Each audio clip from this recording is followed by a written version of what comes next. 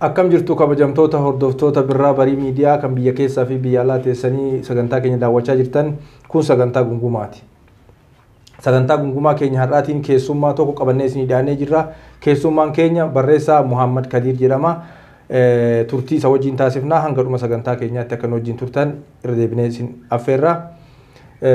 Barreessaa Muhammad Kadir baga nagaan gara istiidiyoo keenyaatti dhufte.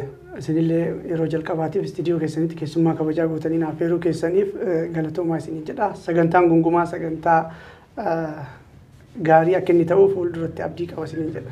Hedduu galatoomii atis waamicha keenya kabajjee istiidiyoo keenyatti nu argamuu keetiin nutis maqaa dhaggeeffattoota BBMtiin hedduu si galateeffannaa. Tole mee kallattiimaan gara sagantaa keenyaatti darbuudhaaf guyyaa har'aa turtii si wajjin goonu keessatti gara gaaffilee ijoo keenyaatti odoo hin darbiin dursamee barreessaa Muhammad Kadir eenyu waan jedhurraa haa kaanu.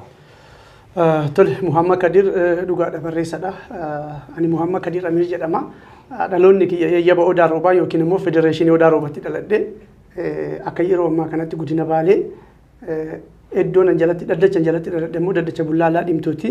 Iddoon an aadaa fi seenaa uummata kiyyaa irratti baradheetiin guddadhe. Yaa Malkaa Birmajiitii fi daddacha Miiloo irratti baradhe.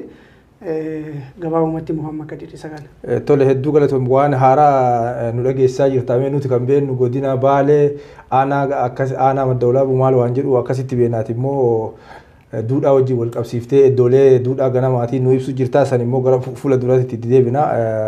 Mee Muhammad Kadir sadarkaan barnootaa isaa haalli guddina isaa hoo akkam ture mi'a? Haalli guddina kiyyaa ani barumsa yeroo baradhu barumsa lachuu wal bira qabee barachaatiin ture. Barumsa asii achiitii fi kaachii asiillee. Kaasii achii jechuun barumsa kiyya, barumsa eenyummaa kiyyaa, ka aadaa kiyyaa daddacha irratti baradheetiin guddadhe. Barumsa ammayyaa wajjin jechuudha.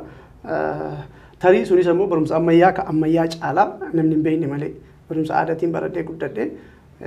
Barumsa kaan afaan baradheen walumaa galatti. Hedduu galatoomii tole ka barreessaa Muhammad Kadir kitaabolee hedduu akka barreessedha kan quba qabnu odeeffannoolee kan arganne jechuudha. Mee kitaaboleen tanaan dura barreessite mee kitaabolee sanii kitaabolee hagam barreessite kitaaboleen sun maal irratti